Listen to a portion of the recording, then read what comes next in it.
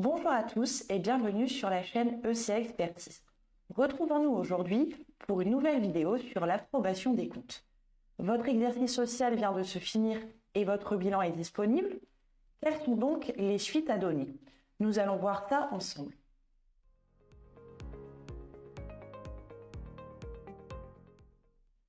L'Assemblée générale ordinaire annuelle réunit chaque année vos associés pour discuter des affaires courantes de l'entreprise et approuver vos comptes annuels. La loi prévoit que votre assemblée doit se tenir dans les 6 mois suivant la clôture de votre exercice, c'est-à-dire que par exemple, pour un exercice clos au 31 décembre, vous avez jusqu'au 30 juin pour convoquer votre assemblée.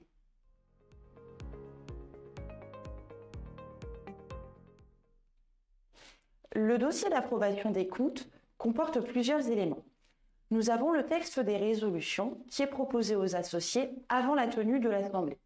On a le procès-verbal de l'Assemblée générale ordinaire qui se tient entre les associés. Nous avons également le rapport spécial sur les conventions réglementées, c'est-à-dire entre les associés et la société. On peut y retrouver les informations concernant les baux commerciaux ou le montant des comptes courants des associés. Et enfin, nous avons le rapport de gestion qui commente l'activité de la société traduite dans votre bilan. Attention tout de même à bien respecter le formalisme imposé par vos statuts, notamment pour les délais de convocation de vos associés et de votre commissaire aux comptes si vous en avez un. Avec les convocations envoyées à vos associés, il est utile d'envoyer certains documents, tels que le bilan, pour les informer de la situation de l'exercice écoulé.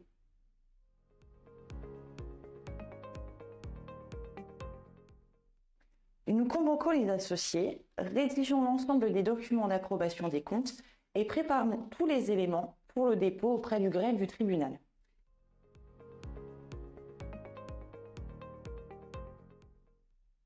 Seules les sociétés commerciales font l'objet d'un dépôt des comptes auprès du greffe du tribunal.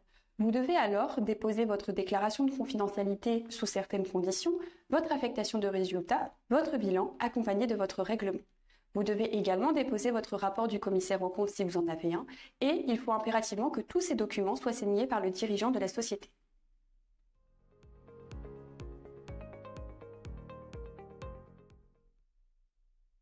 Le non-dépôt des comptes annuels peut entraîner plusieurs conséquences pour l'entreprise et pour ses dirigeants. Il y a des sanctions financières, c'est-à-dire une amende de 1 500 € pouvant aller jusqu'à 3 000 si récidive, des pénalités de retard ou d'astreinte par jour de retard à compter de l'injonction du tribunal, des sanctions judiciaires, des actions contre le gérant, pour faute de gestion par exemple, actions contre la société, risque de radiation si persistante du non-dépôt des comptes.